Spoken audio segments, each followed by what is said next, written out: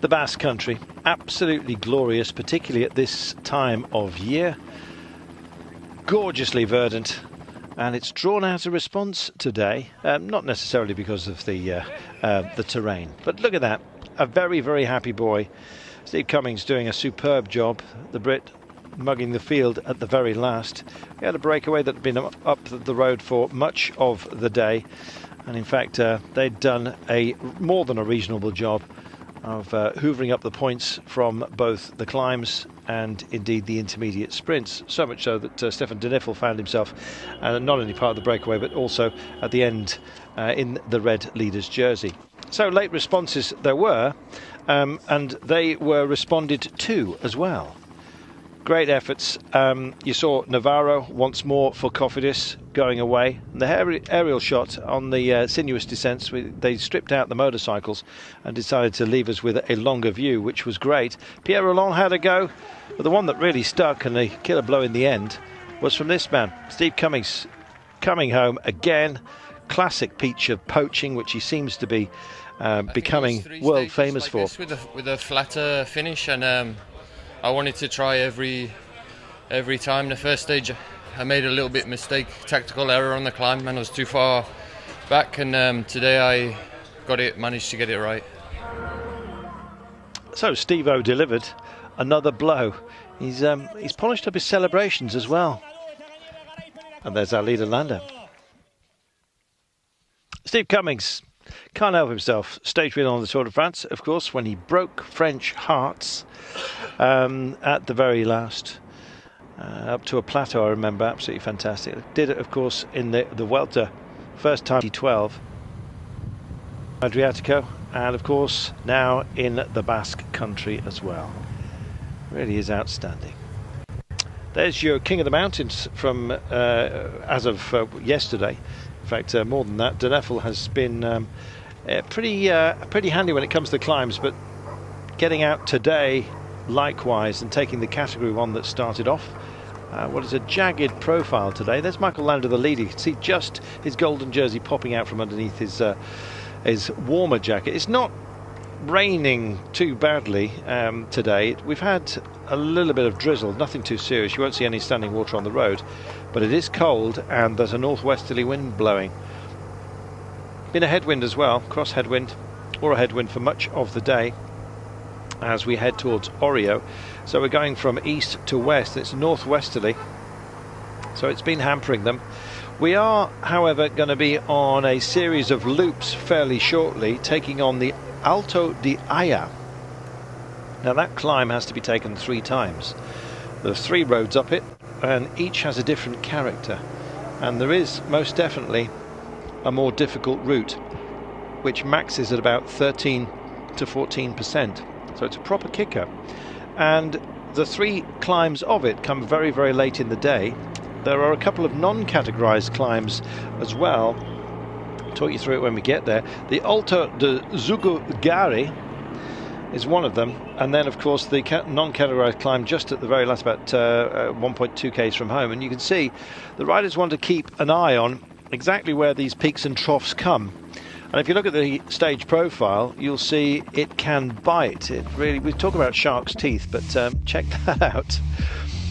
There it is. They took on the Jesquibel right at the beginning of the day, the Akali as well, the Aya for the first time of asking. And then, of course, those 3 climbs, including the Garati at the end, and twice more over the Aya. And then you see that little kick at the very last. That's the kicker we were telling you about. It may well be in the pants for some, because it's 7% with 1 kilometre. It extends for about 1k. When you come off it, 1.2 from home, you have a 700 metre descent and then flat for 500. So anyway, it drew out a breakaway today. It was always going to be a breakaway kind of day, and so lots of teams thought, you know what, let's get a man up there. Unfortunately, too many teams decided to play the option, and in the end they all turned out to be jokers, except for Tim Bellens, who was in every single one of the breaks. Carlos Verona likewise, don't want to put him down too much either. But finally, those 2 managed to make it stick, and they were the only ones from the original breakaway that are still out front after a recapture a re-break, another recapture, and then finally after 2 hours we've got our breakaway, and you're looking at them right now. Nearly 3 minutes they've got on the chasers with 50 kilometres to go. Sky doing much of the chasing because of Landa. They don't want to do anything silly because Marte is only 3 minutes and 47 down. You're looking at the back end here of Christophe Riblon. Powerful, handy guy to have in a breakaway, but unfortunately for Riblon, he also finds himself in the break with the nearest man to him. You can just see ahead of him there. That's Tim Wellens, the 24-year-old Belgian. And it doesn't matter what Perito can do. He's won here back in 2010. He's not going to win today, I wouldn't have thought. Not with Wellens up the road. In fact, I don't think anyone is really going to have the beating of Wellens. It looks as near a certainty as you can possibly have with a breakaway, Magnus Backstedt. Yeah, you're definitely right there. It's going to be a question of how the peloton manage these guys out there, and like you said, Mate is one of the guys that poses a potential slight threat to the general classification. So they're not going to want much more than a minute to the bunch by the time they get across to the finish line, and that can become quite tricky to kind of manage and bring back enough, but not bringing back all of them, and yeah, it can be just about anything out of that one. So we'll see. There might be a few of the other teams as well who have got an eye on to this particular stage, and I think every time we don't have an uphill finish, there's an awful lot of riders who are hungry and keen on a stage win. So it wouldn't surprise me at all if we saw a couple of other teams come up and really start working with Sky or for Sky effectively to try and bring this group back. It's only 2 minutes and 52, and you're thinking, well, that's an awful long way out. And if it weren't for the quality of the group that we've got up here, then we'd probably be talking in other terms. But Tim Wellens, such a powerful character in situations such as this, and he's proved it so often before, Magnus. Why would he not do so again today? He's worked hard enough to be in the break, hasn't he? He's here by rights. Well, he's definitely here by rights, and I think with today's particular cause, it's difficult to sort of randomly end up in a breakaway.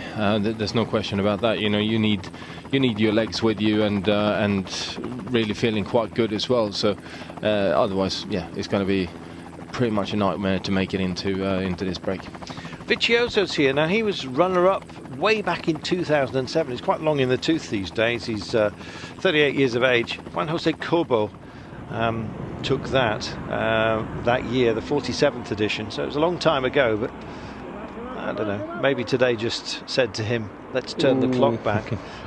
That was a squeaky moment for Tim Wellens. It certainly was. Well, it's funny, isn't it? Different road surfaces you can see as well. There's a little bit of leaf debris here. Not leaf debris, but spring buds. They have husks, and you get a bit of sap as well. If you've ever parked your car under one of these sapping trees, it's not nice. It's almost like it's sugar coated, but that gets very greasy, doesn't it? It certainly does. It looked like it was dry going into the corner as well, and then all of a sudden it wasn't. It wasn't exactly. Yeah, it's a nasty thing to deal with. It usually tends to go, isn't it? It's either dry or it's not. Yeah, exactly. Just checking out a little bit more on Vicioso. Finished ahead of David Millar back in 2011 on the Giro d'Italia to Rabaglio. He is a breaker, Vicioso, but I don't know. These days, it might be just a little bit beyond him at the age of 38. But then again, you keep your words close to your chest, especially when you've got the likes of Horner, etc., running well in Spain. Although we're in the Basque country, I know, don't mean to offend anybody. 47.2 kilometres then from home. Just under 3 minutes is the gap. Seems to be holding nicely for the breakaway. Sky doing a policing job, but not much more than that, at least for the time being. That may change. We'll see. Welcome back.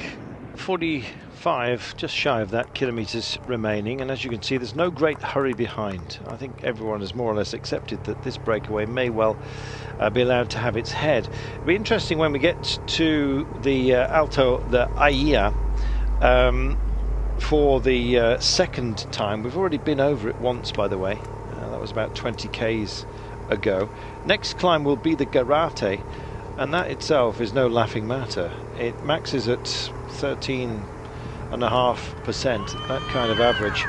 a 9% average over the 3K, so short and sharp, as all the climbs are here in the Basque Country. But there's been plenty of riders, Magnus, over the last couple of days who've actually been found out on these short, sharp tests at this time of year. Yeah, it's certainly thrown a big mix into the race, and a couple of the sort of, should we call them favourites that weren't actually anywhere near as good as what we thought they were going to be, and some guys going better. There's been speculation that Orica have actually blown it on a couple of occasions. Do you see it that way yesterday? I thought it was a good effort by Adam Yates. It just, and he finished ahead of quite a number of names with a greater history, although Adam himself has done some fantastic work. We know San Sebastian. Incidentally, today's stage is a regular feature of the San Sebastian. So yeah, he knows the terrain. I think it's a bit unkind, really, to say that Orica Greenwich have failed, because they've given it a good shot, haven't they? Yeah, I think they definitely have done, and Simon Garrett's now finishing second twice on a stage, and clearly they were very active yesterday beforehand with Adam, like you said, and it was just that one hilltop finish, or I don't know if we're allowed to call it mountaintop finish, although it was only didn't feel like it, did it? No, it didn't really. So anyway, it was an uphill finish. Yes. And we'll go with that. And they're just maybe just slightly off their absolute best there, I'd say. Yeah, well, it's early season, so let's not be hard on them, is what I'm trying to say. Youngest of our breakaway is just back to the car right now, and he's just handed in his sweeties. 22 years of age, is Simone Petilli in the pink and blue. Took the Ronde des Arts last year, and that is not a bad race to take, is it? No, it's definitely one of the hard young man. What should we call them? Not debutantes, but no, not quite. But still a very, very tough race to do, and mountainous as well. It's down in the foothills of the Pyrenees, so there's enough climbing to be done on that one. It is, and here he is, and he's in sort of veteran company, really. Just looking through those who are around him, Tim Vellens himself is no veteran, really, although he's been around for a long time with some great success, but 24 years of age. We keep looking at Perito, and I kind of feel sorry for him. He's won here before, back in 2010. He went on a long ranger. He's showed none of that capability in this race so far, has he, Magnus? No, it's not been going at his best, and he's still struggling. Seems to be struggling to get himself back into his sort of absolute top level, but there's still enough time before we head over to the Ardennes Classics and start going giving it a go at Amstel and I thought you were Liège. going to say the retirement pastures, but no, I don't. I think that's way too early. I think I don't like the way everyone sort of talks about potential retirement and when are you going to retire and why. This sort of stuff. You faced it a long time, haven't you? Well, yeah, but even the question, someone journalist posing the question, when are you going to retire, and considering retirement and this and that, I think that's up to the rider himself to announce when he's good and ready. There you go. So put everyone back in their box. Magnus, when was the last time when you gave your apples a good pounding? What are you talking about? It's a cider growing museum here, the Sagardotecia Museum, and in fact we've just been by it, and I just feel like getting a ticket and going and trying some of the local brew, because apparently they do an excellent cider here. Oh, do they? Yeah, apparently it's wet enough. You get great apples in the United Kingdom, of course, and there's a few apple groves over your way near the Welsh border, as I'm sure you know. So yeah, but here it's a speciality. Is the old it's a apple special tipple. procedure of making this cider as well. Then here we are. The gentlemen pound the apples in what look like hollowed out tree trunks. It's all very artisanal, and then they tip it off and filter it, and then they serve it to Magnus and me. I'm looking forward to it. Yeah, me too. Yeah. Anyway, so just a. What's wrong with that question? One of your eyebrows went up there. No. I've stopped being sort of shocked by all this. Hey, here's a promontory. Now, would you buy a house there, especially with the waves pounding underneath? Now, I'm not sure how many houses have been lost here, but it may well be that it looks to me like sandstone, which is pretty handy. It also looks like it's been capped with concrete.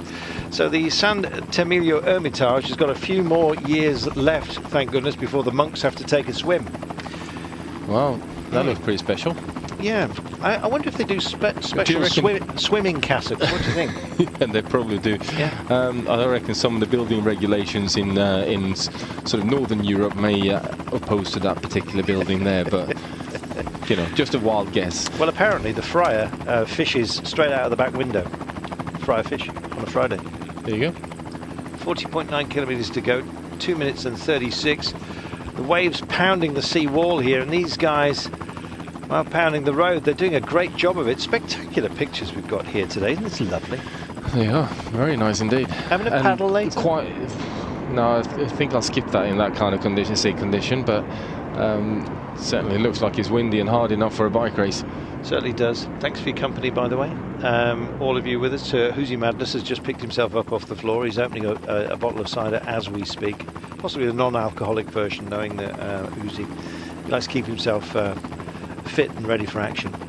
There you are. You see the coastal defences there. Dirty great big blocks of whatever it is, just to dissipate the power of the waves before they hit the sea wall, but they're still smacking into it, causing a spray to pop up here. You'll be glad to know if you own a vehicle in the locale, it's generally dry enough not to suffer from rust. On that thought, take a break. Sky doing a decent job of, well, holding the holding pattern, I think it's fair to say. 38.9 kilometres to go. Magnus, we've got the Garate coming up. Again, short, sharp shock, and some parts of it sharper than others. Not nice.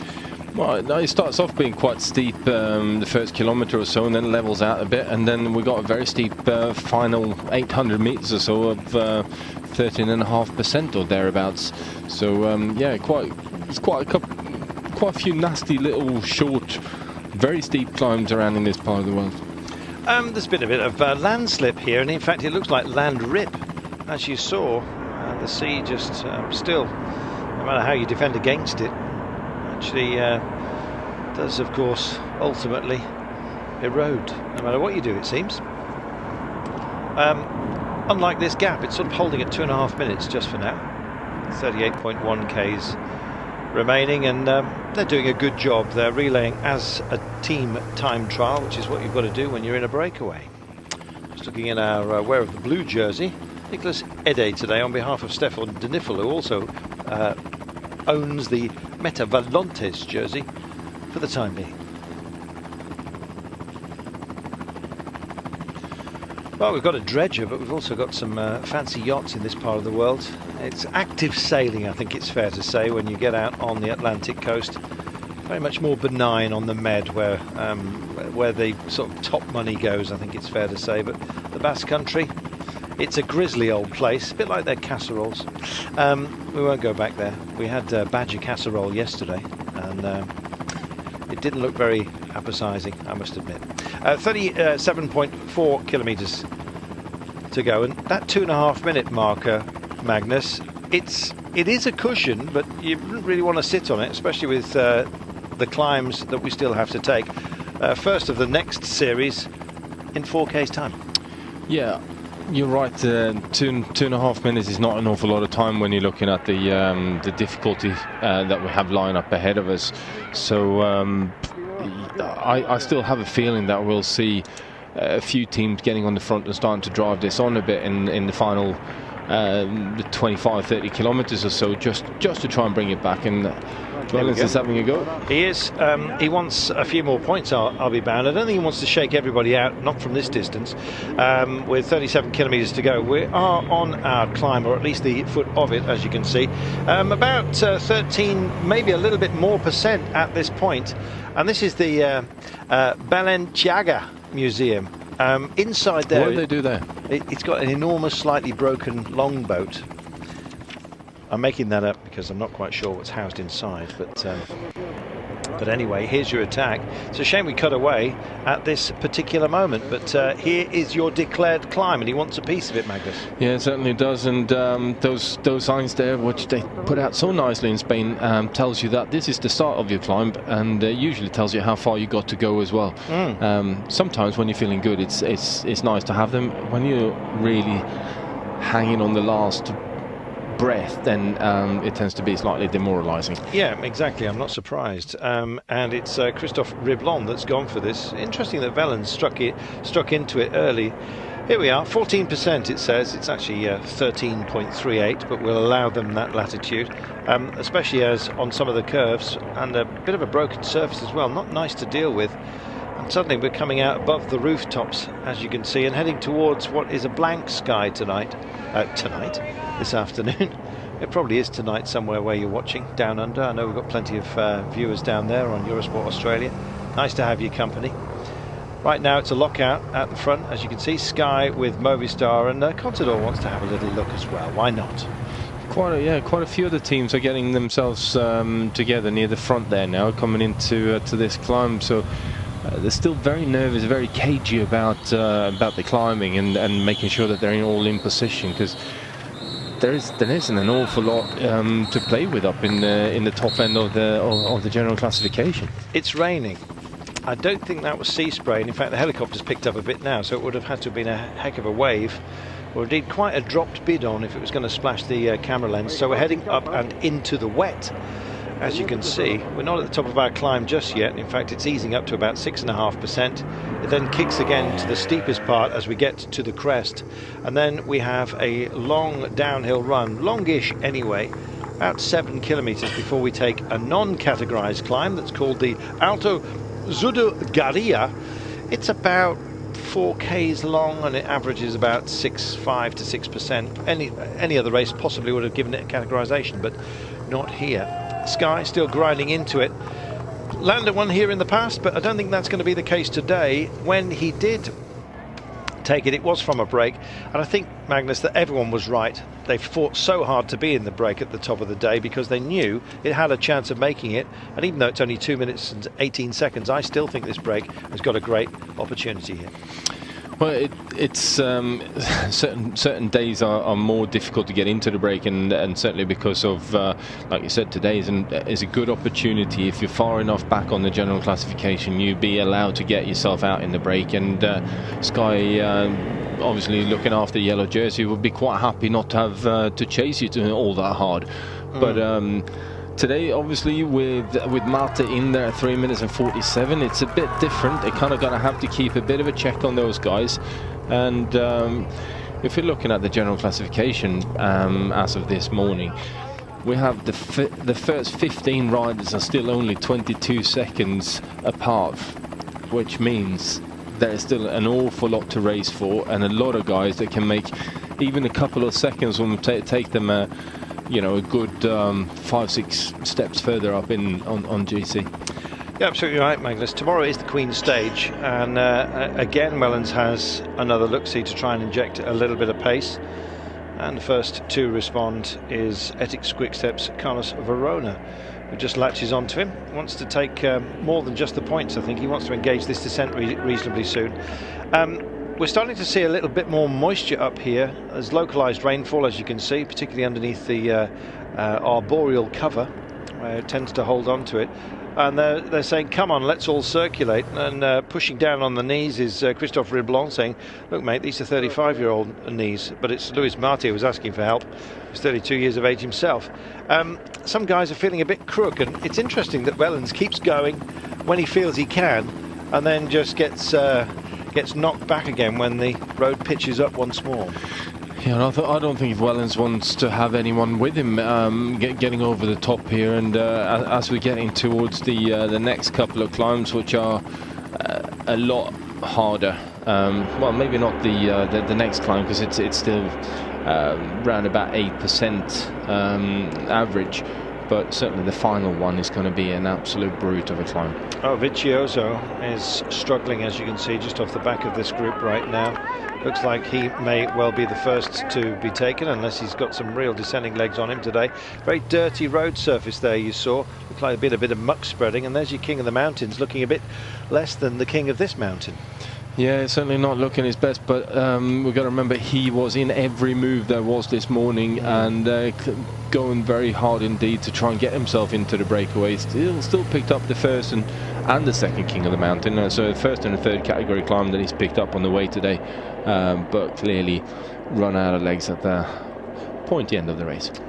Here we are, we're down to 4, Magnus, and it's Cofidis with Mate. We've got Verona from Ethics Quickstep. We've got Tim Vellens, who's managing to latch on, despite little punches that he keeps injecting and then easing back in. And Christophe Riblon, the aforementioned, who seems to be engaging in an argument with Luis Angel Mate at the moment as to work rate. Vellens comes alongside and says something like, "Yeah, you tell him." Not quite sure. Petit, the youngster, didn't manage to keep up. In fact, he was the first to go, with Vicioso of Katusha next to join him as slightly divorced from this group. He's staying with it though, Vicioso. Don't know where Petilli is, but I suspect that the chasers may well catch him reasonably soon. Sky still setting that tempo. Magnus, let's just dwell for a moment, while we've got a moment, on what remains in this race. We've got the Queen Stage tomorrow, with a real punishing climb towards the end, but plenty of climbing throughout the day. 2, 4, 6, 8 climbs in total, ending with the big one. And then, of course, it's a time trial also with climbing on stage 6. A lot of climbing. There's a lot of climbing to be done. So yeah, this race is far from over.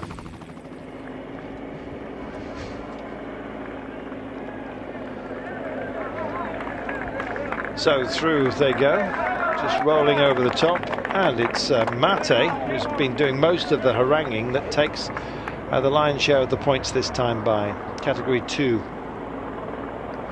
And so we start our 7k descent. Sailing through, chasing down the escape group that they used to be part of, Vicioso, followed by Simone Petilli, and indeed the rest of the peloton still a couple of minutes further down this test, which is the Alto de Garate. Now, we've already done the Alto de Aya once today, and we'll be going up the same incline once more that we took, and then a more focused one before our descent back down towards our finish line today. Looking forward to it. We've been trying to have a chat about the last 2 stages, Magnus. Tomorrow's the big sort-out day, no doubt about that, but it's not going to be one until the very last. No, I don't think it's going to be one until the time trial. Although tomorrow is a brute of a day. We got 1, 2, 3, 4, 5 climbs that go effectively from just above sea level up to 600 meters, and then there's a whole bunch of climbs in between that partly that we can see here. They're going up to about 400 meters, but then usually the Spanish and Basque man that draws the stage profile just doesn't want to waste ink and put all the little ones in. It's true. There's so many tests that really in any other race would be a serious obstacle that's of note. Here it's almost like, well, what do you expect? It's the Basque country. It's quite outstanding. So tomorrow is going to be one heck of a day, and I think that many of the GC guys are probably minded not to put in too much effort in trying to chase down a break where the threat is not overly significant today. No, but I think there's going to be an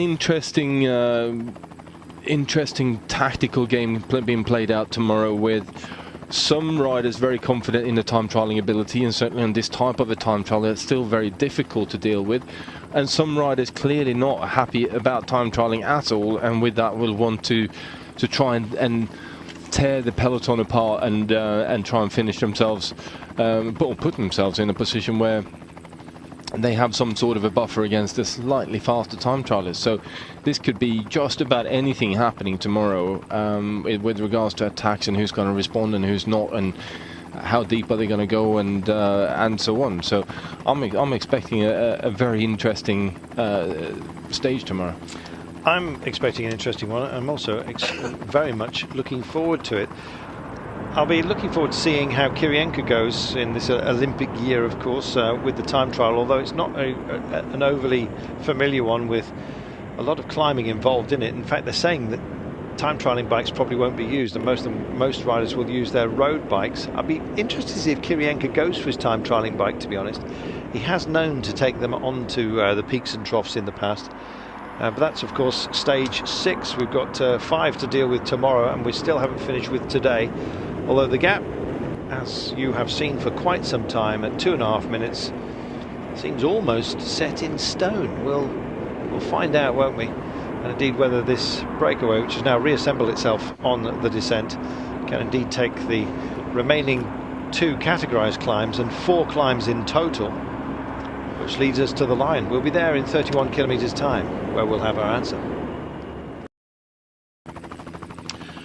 Peloton now engaged on the descent that our breakaway have been enjoying for quite some time. They're still coming down and back into town. As you can see, we're coming into Zaruts Urumar. Urumar sounds like some kind of farmer's market where you can only spend euros. It's my guess anyway, but it's probably wrong. 2 minutes and 22, the pack are descending reasonably well. That gap just starting to be trimmed ever so gently, as you can see. And oh look, come on Wellens, they know he's the big threat. I think they want to put a bit of pressure on him, and they're asking him to do some work, for goodness sake. Ficioso, the man who says get up the road.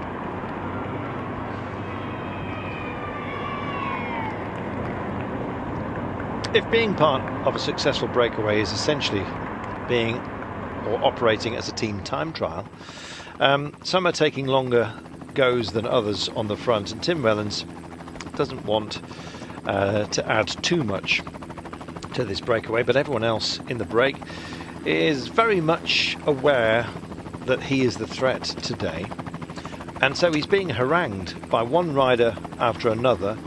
Angel Vicioso of Katusha, the first to say, come on, get up there and do your turn, as he came back down the line trying to drop in, but Wellens was just not moving, not doing anything. Wasn't prepared to move forward, and kind of dropped back and said, go on, you drop in front of me, which meant that Vicioso would have taken a turn earlier than he. Vicioso wasn't impressed, and basically I think he said, you know, you're the number one. Certainly he held up a finger to Tim Wellens. So I'm assuming it was that you're number one within this group. He's actually number 88, Tim Wellens. Vicioso was obviously not impressed. Anyway, we're telling you what we've been watching during the break. Right now, our breakaway has 2 minutes and 18. It's starting to get trimmed down ever so slightly, and I'm wondering whether just fatigue is going to be the wearing element for this breakaway, that and the arguments that they seem to be engaging in. Well, there's always an element of fatigue, and although it's not the longest stage of that these guys will ever do, but it's still hard terrain, and the pace is constantly on, so you know, they're having to work hard, and the bunch isn't going slow behind them, so if they don't keep on working, then all of a sudden they're going to find themselves in a position where they get caught anyway. So yeah, we will see. I still have a feeling that we're going to see some form of attacks going on by some of the main favourites. Whether that stays away or whether they actually manage to do some damage to each other on the climb, that's a different matter. But I have a feeling that we're going to come back to another very select front group finish. And do you think Tim Wellens is going to be part of that select front group? Well, I think that select front group is not going to be the breakaway that's there currently. It's going to come back down to about 40-50 riders, if that, and then a bunch sprint from that, really. The terracotta sands of the locale, suggesting the sandstone has indeed provided the beaches here locally. Why wouldn't it? So natural beaches, which is nice. 26.3 k's to go, and as you can see, there is a right way and a wrong way to go around that roundabout, and bunny hops onto concrete and then finding yourself stuck behind cars. It's not great. You can it's very easy to find a pedestrian by doing that. They were thinking of banning the freestyle use of cycle paths during the tour stages. It never became an edict, but there was a few worrying moments nonetheless when riders were trying to find some road space and actually just bunny hopping onto what essentially became the place where the fans were standing. We had a few squeaky moments in the last tour, but it hasn't become an edict, I've noticed. Not yet. Well, you know what, the riders will still go anywhere if they feel that it's desperate for them to get to the front. They will still make whatever move they can on whatever hard surface that they feel confident on putting their tyres onto. And sometimes that's bike paths, you know, pavements, whatever they can really find. And there was a motion being put into place about effectively penalising the riders that went on to bike paths, and there was some discussions up in Belgium about a year or two ago about one particular section of road with cobblestones in the middle, and then there was a very narrow bike path on the just on the right hand side of that, and most of the guys tried to get onto the bike path and rode on that one, and there was a few people complaining, certainly the guys that rode in the middle, which is obviously harder work, but I don't know whatever came out of it. And goes up, just asking for some service. That's Luis Angel Mate. Sky now found, 25 seconds. And in reasonably short order off that last descent. Here comes Francis Desjeux. Now they've got Thibaut Pinot. They've also, within the Parthenon, Sebastian Reichenbach. Now, I've mentioned him a couple of times, Magnus. He's a young guy who's been going very, very well indeed. In fact, he missed out on the Tirreno Adriatico podium by a solitary second in a time trial. He's not supposed to be a time trialist. Neither are Francis Desjeux, but they put that to bed well and truly this season. You've spoken about how much they have put into their time trialling ability. Here's a question for you. Sebastian Reichenbach, we've been talking about big riders. He's one of them. Can he hold on tomorrow on the Queen stage, stage 5, and then will he rekindle his time trialling skills in the last? Two very big questions. It's a big question whether he's going to be able to hold on to that. But tomorrow we'll find out. Yeah, but I certainly think he looks like he's climbing well at the moment. I'm still not sure about this whole big guy thing, because he's about 2 foot tall and weighs. Here we go. Another little test. Welcome back. We've just been over the Alto di Zudagari. We've had an intermediate sprint. We were watching it just as we went to the break there, but it's of very little consequence for the intermediate sprints competition, which is still being led by De Neffel. He got up for it, but just almost to add insult to the injurious pace that they are having to set here with, a minute and 50 remaining. The Selendra Viaduct. Come on, guys, let's start circulating, or this is not going to happen. It seems that Mate really believes he's got something today, but he can't do it on his own.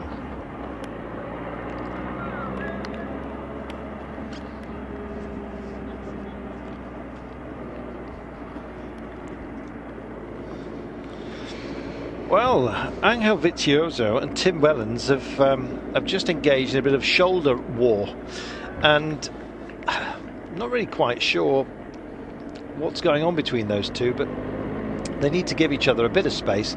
They're busy having a chat at the back at the moment, and to be honest, I don't think it's pleasantries or indeed Christmas card addresses that they're swapping. They're not in love with each other at all today, are they? No, there seems to be a little bit of something going on there, but that's part of the game, and it's also part of trying to psych your competitor out as well, and just put him in his place, if you will. Gap's really coming down, Magnus. They've lost almost a minute as they take on this test right now. It's the Aya, and this time by it's the easier route up it.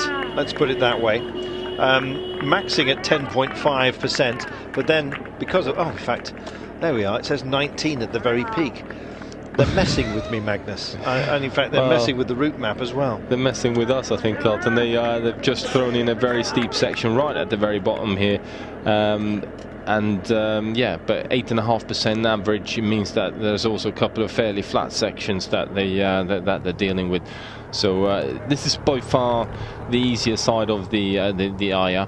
Although, as you see here now, all these teams are coming up, and that road that they've just ridden was fairly narrow.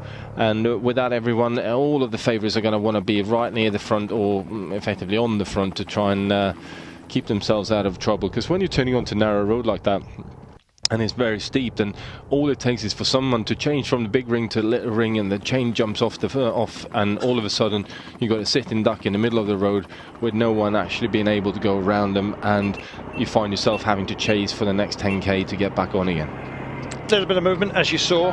Maybe Contador does want have another little testing day, testing himself, and in fact he's called for action from Tinkoff. As you can see, the map they just showed us, by the way, is the wrong map. That's the map for the last climb up the Aya. This is the penultimate climb up the Aya. This is the easy way up, and they showed us the more difficult way. So keep that map in your mind and use it again, as I hope they might, when it actually is true. Nonetheless, this is a reasonable test, as Magnus, we can see. Yeah, I think the first part of this climb is still at some 10 and a bit percent, so it's certainly not flat, and everyone is starting to sort of get themselves into position. Roman Kreuziger coming up here on in the yellow from Tinkoff, just to start pressing on a bit. But the problem they got with Kreuziger is that he's still at 2 minutes, so he's not really doing anything by trying to attack, other than potentially providing a springboard for someone like Contador if he was to go really hard. You can see also looking a little bit lively here is Danny Navarro. He wants to join the fun, as you can see, but every time he tries to get by, they just squeeze him in on the side of the road. The man in red for Cofidis. You can see as well, also there is Rui Costa, the Portuguese champion, almost alongside him actually. That's in about 4th place in this group, sort of dead centre of the road. They're chugging up this one nicely. Your thoughts about yesterday's winner, Steve Cummings? Steve-O did a great job, didn't he? This is not his kind of day, but it may well be. It may well open up for others of his ilk. Well, it all depends on how Steve is actually going and how he felt this morning, because I think this is still very much within Steve's capability, but I doubt that he'll finally be able to do that same kind of surprise jump again like he did yesterday, and that was such a beautifully timed attack and a quality effort at the end of a hard stage as well to hold on to that. Well, it doesn't look like Barguil, but there we are, declared as such. And away he goes off the front. How's Barguil doing overall, by the way? I must double check. He's sitting 26 seconds down. He is indeed. Well, he is a threat, and if he tries to make that stick, if indeed it was Barguil, I couldn't quite... Yeah, it looks like his riding style, definitely. I don't know, maybe he's been spending lots of time in the sunshine. He really had a look of one of the other members of his team about him, but 20 k's to go, minute and 9. Well, I'm not suggesting they're cooked just yet, but I don't know, the entree has certainly happened. There we go, and guess what? Angel Vicioso, the man who's doing most of the complaining, that's probably why he's been suffering out there. He's probably angry with himself. That's what they say about bullies, isn't it? He probably doesn't like himself. There we go. So yeah, he's not having a fun time. Let's put it that way. It is Warren Barguil. He does look absolutely toasted, doesn't he? Unless look at that. He's got the same sort of burnt pallor that I have after a few days in the sunshine. So bless him. Away he goes. And indeed, this man as well wants to be part of the fun. It's Kreuziger, I think. It is Kreuziger again, yeah. Having a push off here. And why not? Kreuziger's got some options himself during this race. He's 2 minutes and 10 down, so he might be given some leeway. I think he will give him some leeway, but if he can get across to Barguil and actually kind of help Bogo a bit by taking a few turns, and that will put added pressure onto Team Sky, which means that they might blow up a bit earlier and lose all the riders, and effectively leave Landa then exposed to for Contador to have a go at. Well, they are having a go. This is proper stuff, albeit on the easier run. You'll be seeing this run the opposite direction a little bit later on, or at least part of it, as we head back down to town. Now, when we get to the top of this test, we then go into a little plateau section, and then we kick up again with a long descent, Magnus. After we've dealt with the plateau, the approach to the top of the next run up the Aya, it's a shorter route. It's only 1.8 kilometres. But as you saw, it was absolutely dreadful at the peak. In fact, this looks like that 19% was about right, so maybe our original maps were in error. And here we are from our breakaway, and I'm afraid it's Patilli again who's just starting to suffer. The motorcycle should catch up with the others, and here they are. And no surprise to see Mate of Cofidis. It's Wellens on the front. That nearest to us is Christophe Riblon, and just ahead of him is Carlos Verona. Nice mix. The 24-year-old Belgian Wellens, I think, is still, of those guys, the pick. And I think if the likes of Kreuziger get up, and Barguil likewise, he's capable of staying with it. But look what's happening right now, Magnus. Yeah, a bit of action there coming from Astana, and it looked like on the riding style to me that was Fabio Aru having a go. He's got the old the duck's feet sticking out, and indeed it's him. There he is. So Aru buries himself, just dragging others to stay with it. Well, Sergio Henao was always going to be one who might fancy a day like this, and Sky would probably think about him, as well as Landa, who's wearing the leader's jersey. Aru, I'm afraid, the familiar way that his feet sort of stick out, especially when he's laying on the pressure. It's a strange one, but it seems to work for him. And Wellens looks like he wants to crest this one and take it in. They've got 1k to go until the top, as you can see. So there is their announcement. And only a Category 2 this, and a couple of outriders up front. It's cold, Magnus. They won't be feeling it too badly this deep into the race. And we've got a policeman here from Lotto Soudal also coming to the fore. Yeah, I don't think they'll be feeling the cold here now. The work rate is certainly high enough for all these guys to be generating enough body heat. But the descent is going to be an interesting one, and then obviously we've got this final ascent of up to the same very peak here, the Aya, which 12.2% average for 1.8 kilometers. That's an absolute brute.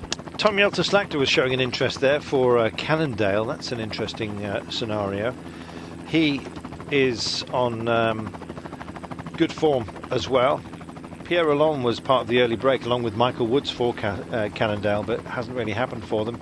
And here we go. We've got a little bit of movement, and starting it's Angel Mate who's gone up the road there. Just chasing onto them is Wellens right now, along with Verona.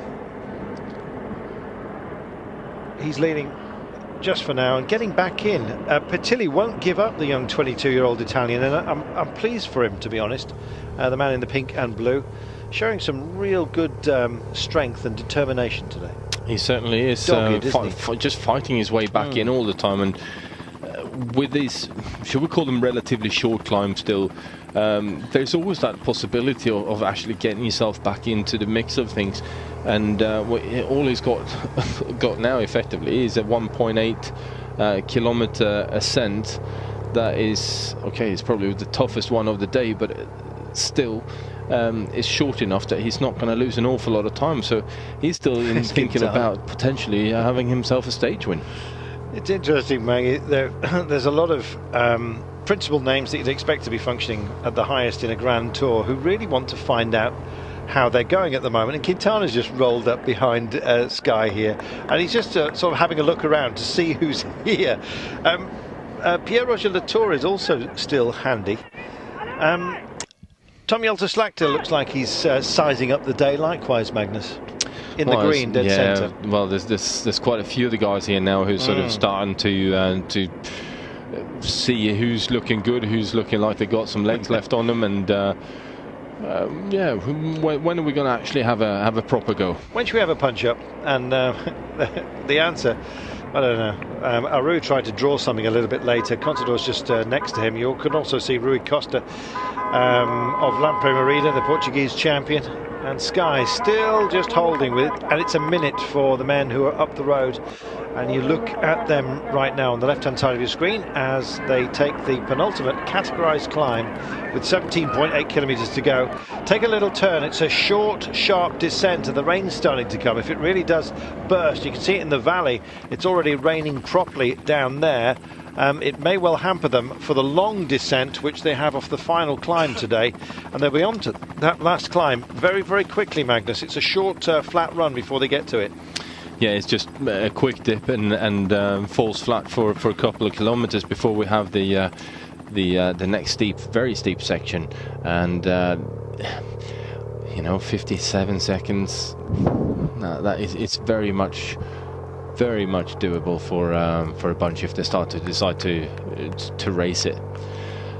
Landa now getting himself rid of his arm warmers, time to actually go proper racing, and I like that idea that some of the guys that they know that when it's racing and we're really going for it, then you strip yourself down to racing kit, and yeah, it's the equivalent of hold my coat, isn't it? Yeah.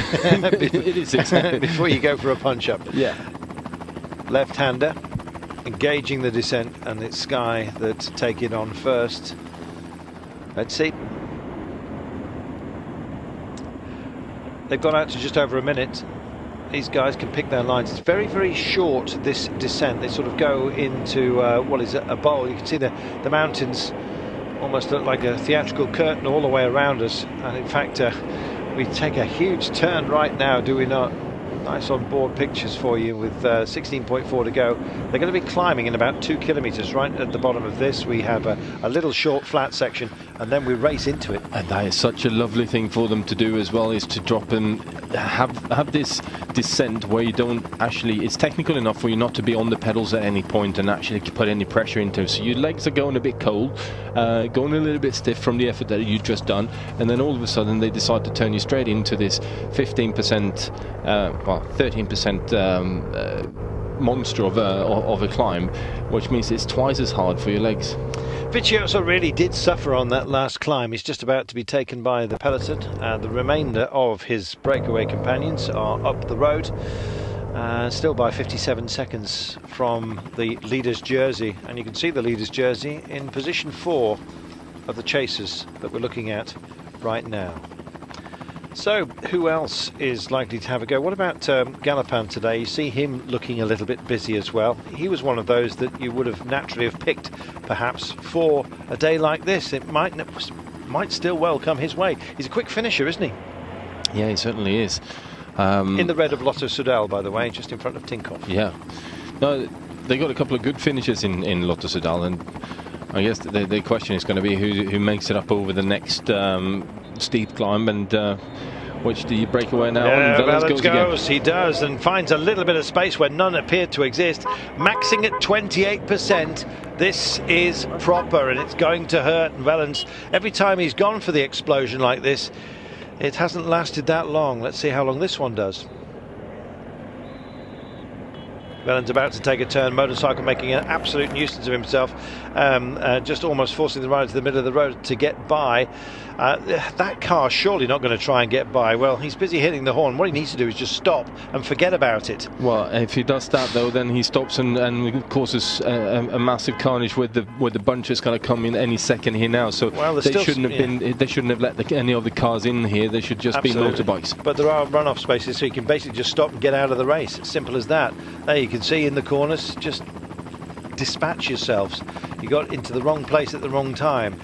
Here we go, Sky still mobbing the road, and it's easy to do that level of control, Magnus. Tinkoff just bursting through here. Is it Contador that's going for it? Yep. Certainly looked that way, didn't it, with his rolling shoulders. 18% now we're hitting, and this really does hurt, and I'm afraid Wellens feels like he's got an anchor. It is Kreuziger that's gone for it. There's Contador a little bit further back. He's in about P8, as you can see.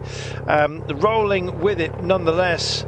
Contador Styley. He's about P7 now. He's just coming up to the yellow jersey, sails by. That's Perito Rodriguez, who's also here. Joaquim Rodriguez, former winner of this race, of course, but and indeed defending champion. But Sky still very much in control, not panicking yet, keeping the tempo on the incline. And that's Pinot that's just coming through for Francis de Jeux, rolling through towards the 4 as well. Fascinating stuff. So many punches today to have been taken.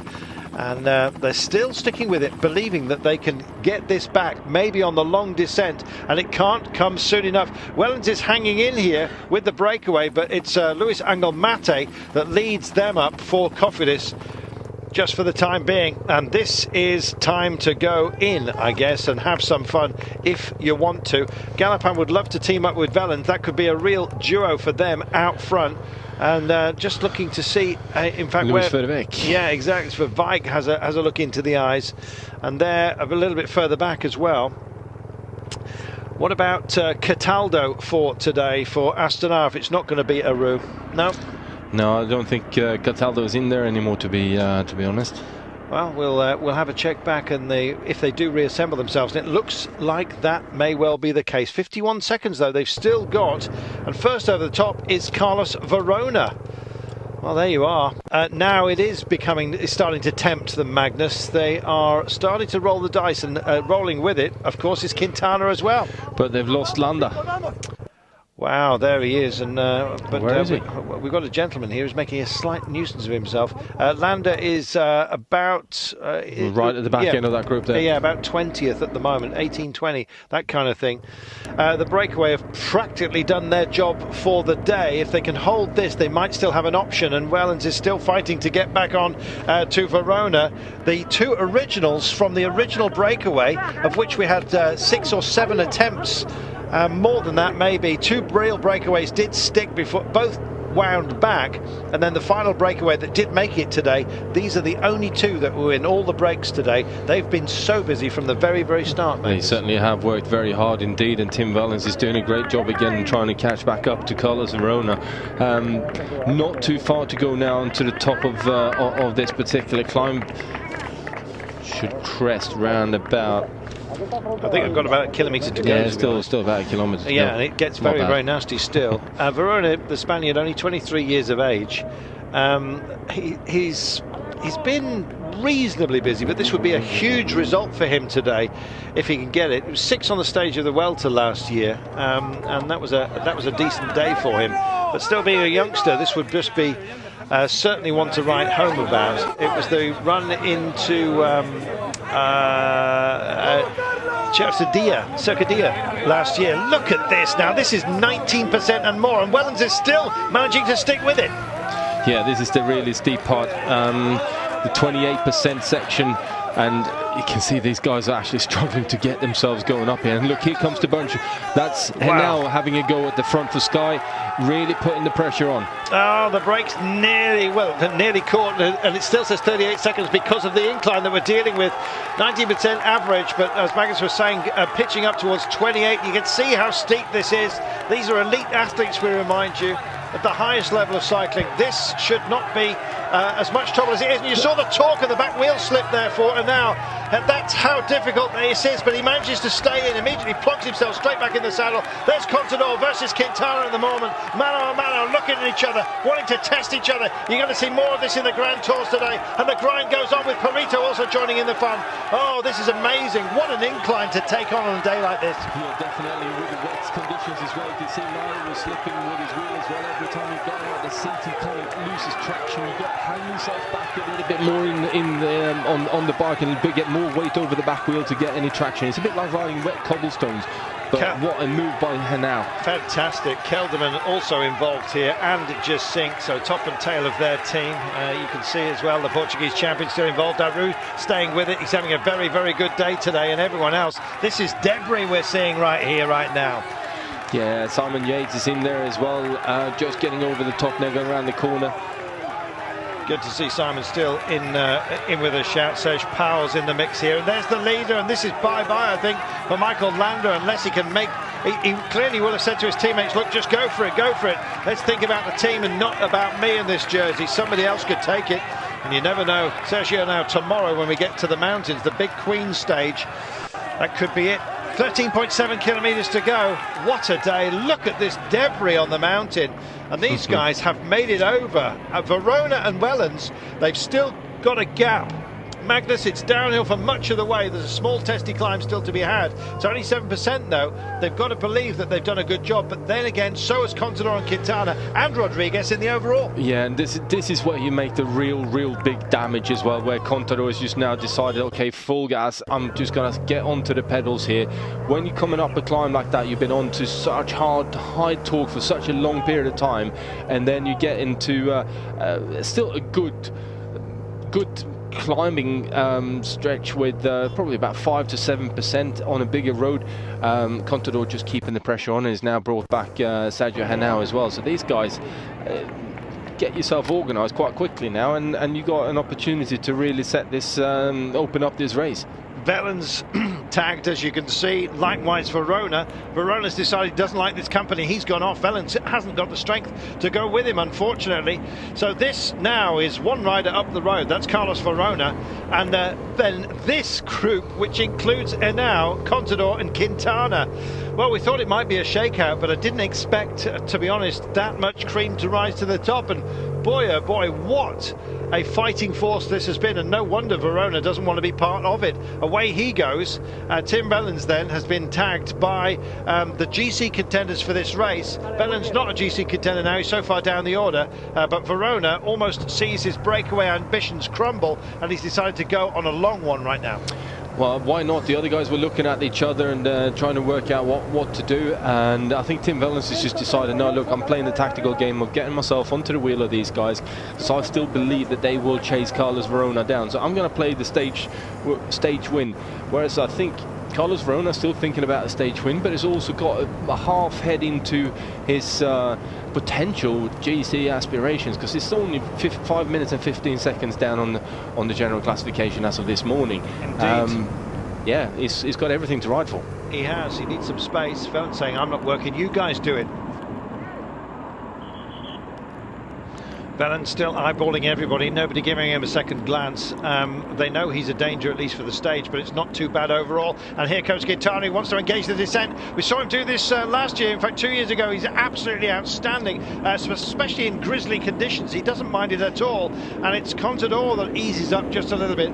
I always think that Quintana's given to taking a few more risks at moments like this. It's bitten him on occasion, but he is a brave man and goes for it right now, and it's Wellens that's guiding him down, suddenly refinding a bit of drive. And obviously Nairo Quintana's sort of centre of gravity is only about 2 centimeters above the sort of the floor. Yeah, he's a little guy, a whippy guy, but yeah, he can still get found out. I've seen him take a tumble. I remember the time trial, of course, as well, where he really got bitten on the Giro in dampish conditions as well. It's damp right now. He seems to have put that in the back of his mind. Verona is thinking down the road, and he is engaging properly. 11.2 kilometres from home. There's one final climb to take. It's not categorised, by the way, but nonetheless it is 7%, and he's got to do that on his own.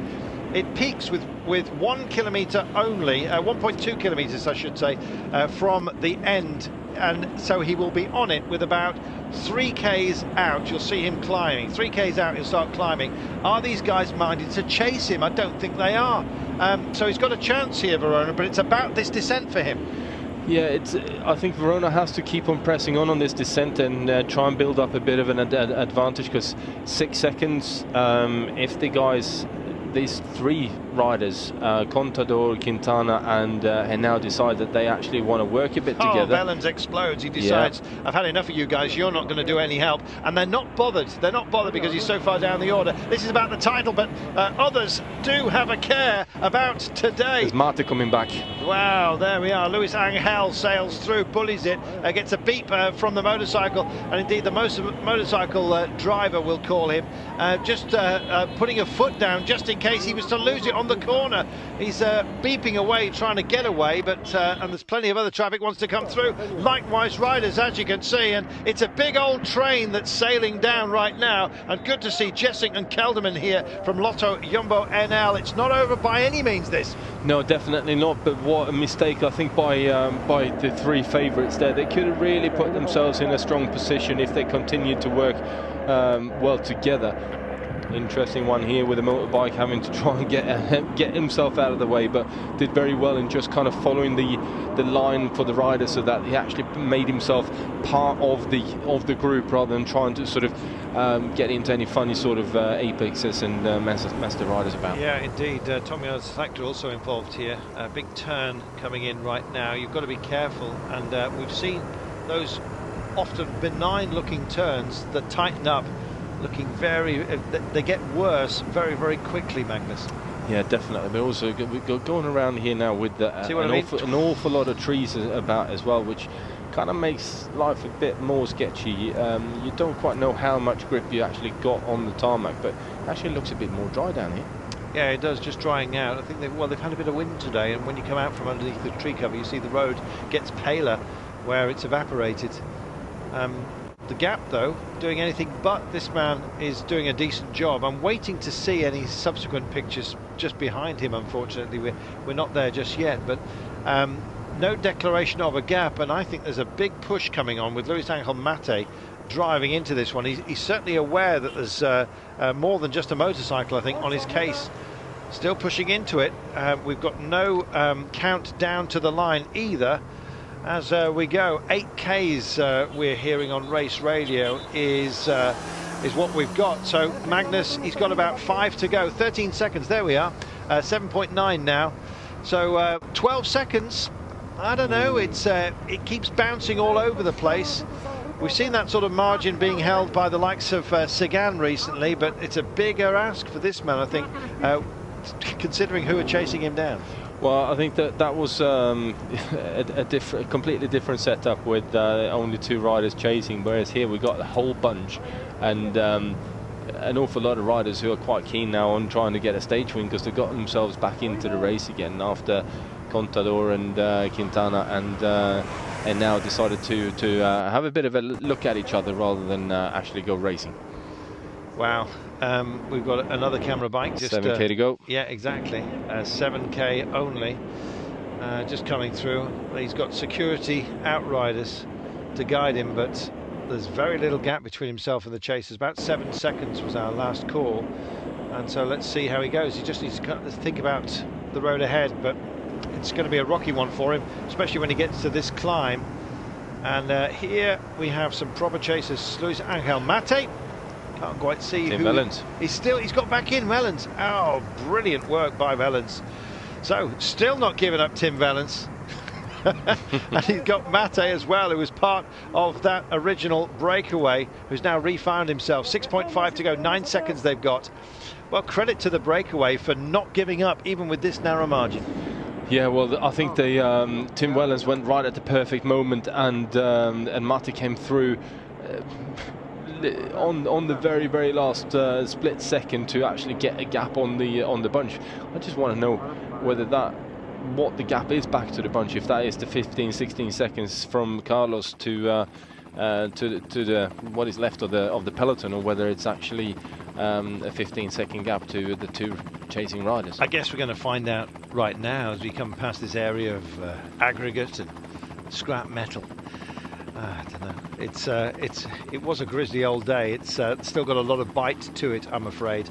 I'm going to take this right-hander on dry road. It looks like it's back to the chasers, Magnus. We've got nothing to say anything else at the moment, in which case Verona did an absolutely outstanding descent. Let's have a look. Nope, there we are. It's back to the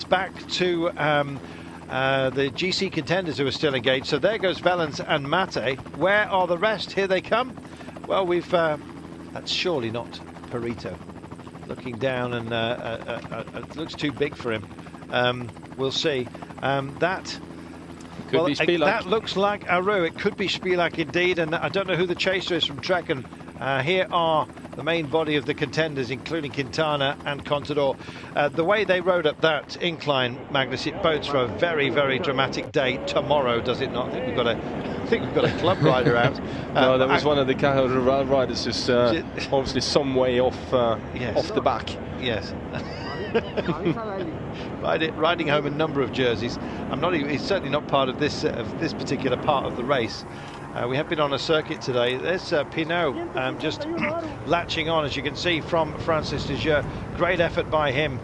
Good to see Pinot functioning high here as well. Well, just going into the final 3 kilometers, we got about a kilometer of 7% of climbing from 2,700 odd meters up to about 1,700 meters to go from the line, and then we drop down for effectively 700-800 meters before it gets flat again for the last 500 meters. So it's still not over, and it's quite a difficult final. It is, and I think we may well have rather a selective group on this next climb. It depends on what sort of pace Tim Wellens, Luis Angel Mate from Cofidis, and indeed Carlos Verona at the moment, who's still out there and on his own. He could do with a bit of help, to be honest. With such a narrow gap back to Wellens and Mate, you'd think he'd hang back, but I think he really fears Wellens. Let's see. He's got nothing to lose here now. He's just got to commit and keep on pushing on as hard as he can. And these guys are certainly doing that. And so there is Aru, there is Pinot, as they come into town as well. Very good work by Aru today. He's pushed on when he's needed to. And in fact, he's shown that he's with the best. And here we are, bit of arguing then. Tim Wellens and Luis Angel Mate already talking to each other. I think Wellens saying, come on, let's ride together. And Mate just saying, forget it. Carlos Verona is there as well out front. The trio from the break, Magnus. Well, if in this position, I would have gone very quickly back up to Carlos Verona's back wheel and just gone for a full-blown attack again, because Verona's gone max to try and stay away, and he will be in some serious oxygen at the moment, and if you had anything left, then this would be the moment to go. He can regather himself, particularly hiding within that trio up front. Don't forget the chasers. It's Aru and Pinot on their case at the moment, and it's only 15 seconds gap, and they've got this climb to take on it. It's not overly difficult, 7%, but it's going to be wearing, that's for sure. Once they get to the top, 700 meters down, and then 500 flat. I don't think Tim Wellens is worried within this trio. I think he's probably still got something left in the bank. That's the only reason I could think he didn't do what you said, Magnus. No, but the problem is that they're not going hard enough to stay away from these guys and chasing them down. They needed to. At the moment, they're just looking at each other, and they haven't got that amount of time to play with. It's not a luxury that's at their disposal, and it's again Verona that picks himself up. First to chase on is Tim Wellens. Mate engages as well, and finally they found a bit of pace, but it's all too late. They've only got 3 seconds, as you can see. Motorcycle's going to move to one side, and you get other riders coming through. 23 seconds back to the yellow jersey. Well, if the yellow jersey on Michael Landa managed to get back in here, can't see him just for the time being. Yes, he is. He's there within the body of this group. Good work then. Well, definitely good work. Kreuziger now giving it a very big turn on the front, and it's just bringing back the final couple of riders here. There we are. They messed it up, and they will be arguing with each other, and Wellens will think of that as a chance missed, I am absolutely certain. And so they drive into the final climb, and Perito's also here, actually, wants to be part of it. I think the Lotto Jumbo boys of Kelderman and Gesting have got a big option here today. Let's see how they get over this climb. And coming back into it goes Enau. He sails up on the inside, also still very much part of this. Reichenbach is back in here, and there's the leader. There is the leader's jersey. Good work, strong work as well by a worthy leader of this race, Michael Landa. Yeah, he's definitely going very well indeed. And look at this. Here we go. Contador is having a cup. He's digging in. It's only 7%, but this is about his own condition as well, don't forget. Yeah, Sammy Sanchez is going after him, though not quite got the legs, but look at him now. How strong is he now? Yeah, and looks relaxed as well. He put so much pace into that. You saw the torque going through the back wheel on the steepest section where his wheel split.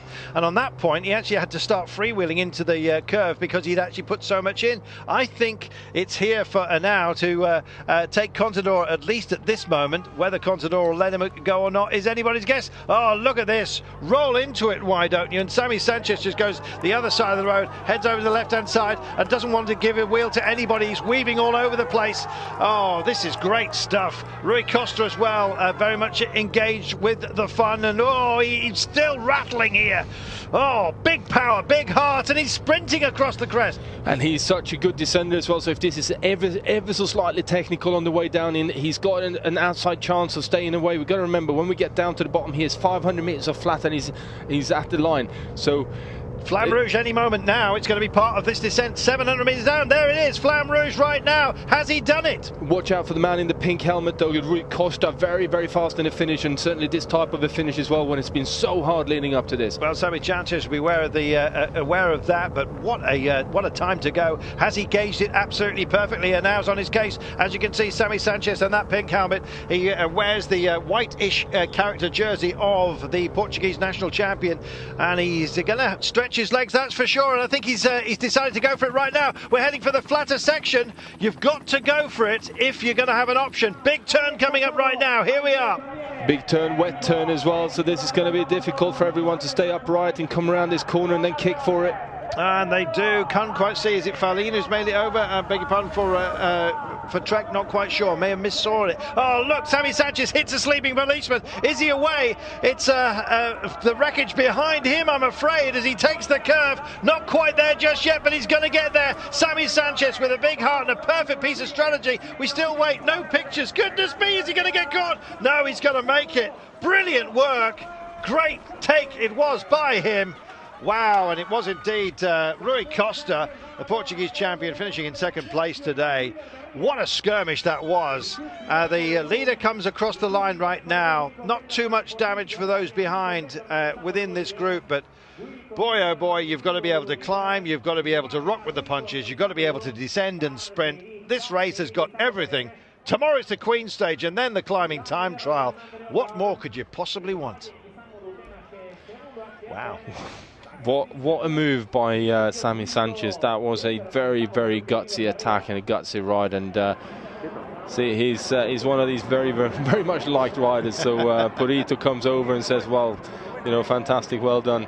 And that just goes to show a guy that's always working hard, working for his team, and is now given the opportunity to go for it. And there's a few riders have written Sammy Sanchez off a year or two ago, but the man is back and he's going well. He's going supremely well, isn't he? Look at this. We had to wait a long time for that picture to reveal itself and the chasers. And when it came, he had the gap. Just watch the pink helmet there, indeed, of the Portuguese national champion, just getting himself into a good position as well, Rui Costa. Runner-up on the day, but select groups and big gaps thrown up today as well, Magnus. Well, there's quite a few riders ended up losing a bit of time on this one, but look at that. How much does that mean to Sammy Sanchez? A lot. Nice to see. Well, another great day. We're almost having too much fun, Magnus, in this race. Sanchez takes it ahead of Rui Costa, Warren Barguil, Villamos and Luis Henao, your top 5 today. Now watch the ST there, same time. There are some gaps that have been thrown up, and indeed if we get the rest of the finishing order on this fourth stage, looks like they're not going to provide it to us, unfortunately. There'll be some proper gaps opened up. Tomorrow those gaps will turn into huge chasms, I think. There is potential that may happen, yes. Sammy Sanchez wrestles the bike home, bringing his golden shoes to the line first. Good work.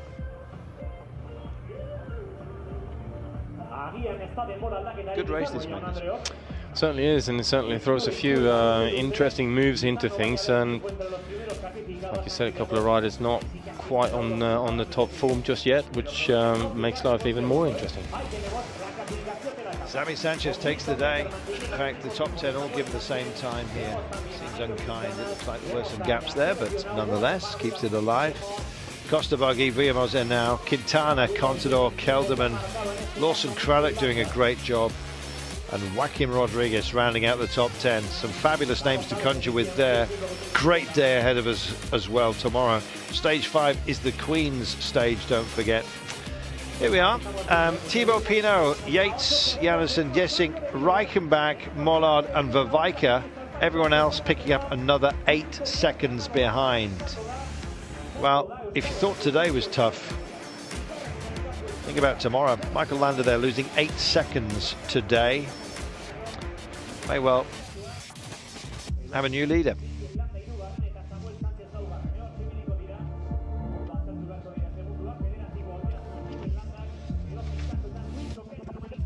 Sammy Sanchez, in fact, Sammy Sanchez just missing out by, it'll be a now, I believe, will be our leader after this. Wasn't Kelderman in there?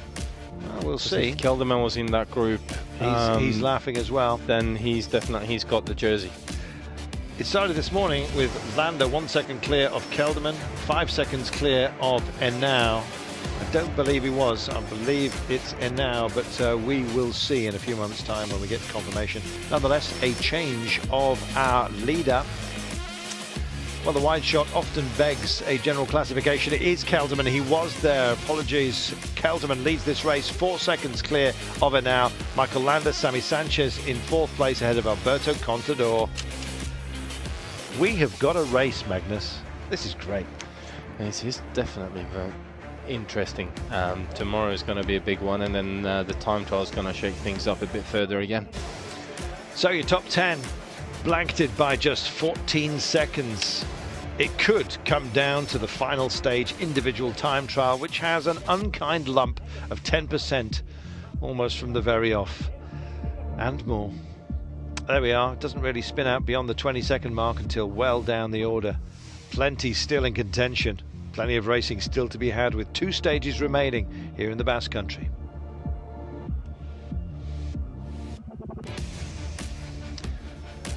Wow. Well, the shrimp fishermen are in in the house, as you can see. And this is the owner, 38 years of age, this Spaniard. As Magnus was saying, you get some unkind questions once you get to your mid-30s. He's turning the clock back, and old golden shoes today. He skipped home. What a job.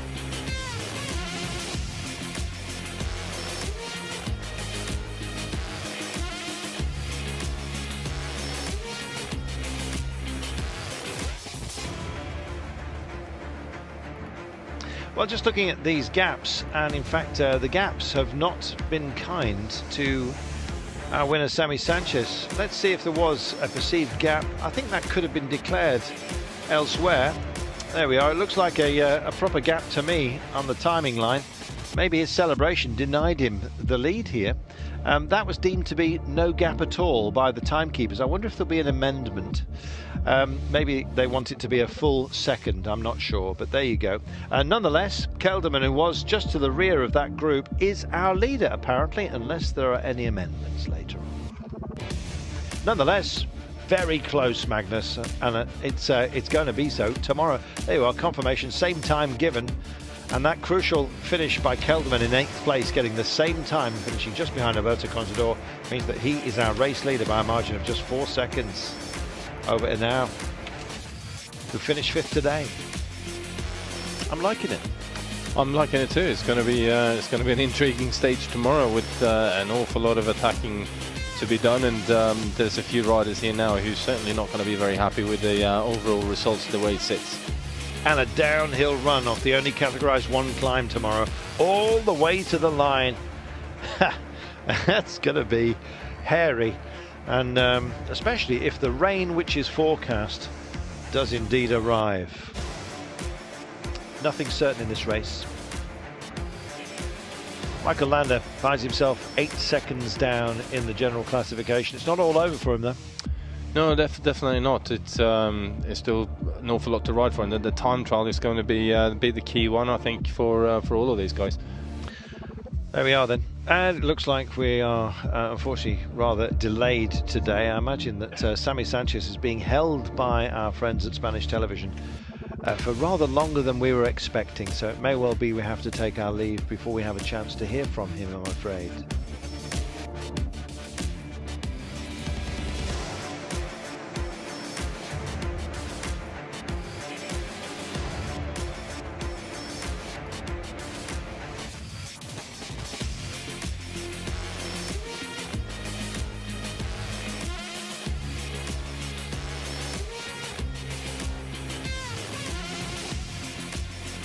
Well, we're getting some lovely views of the condos that are available.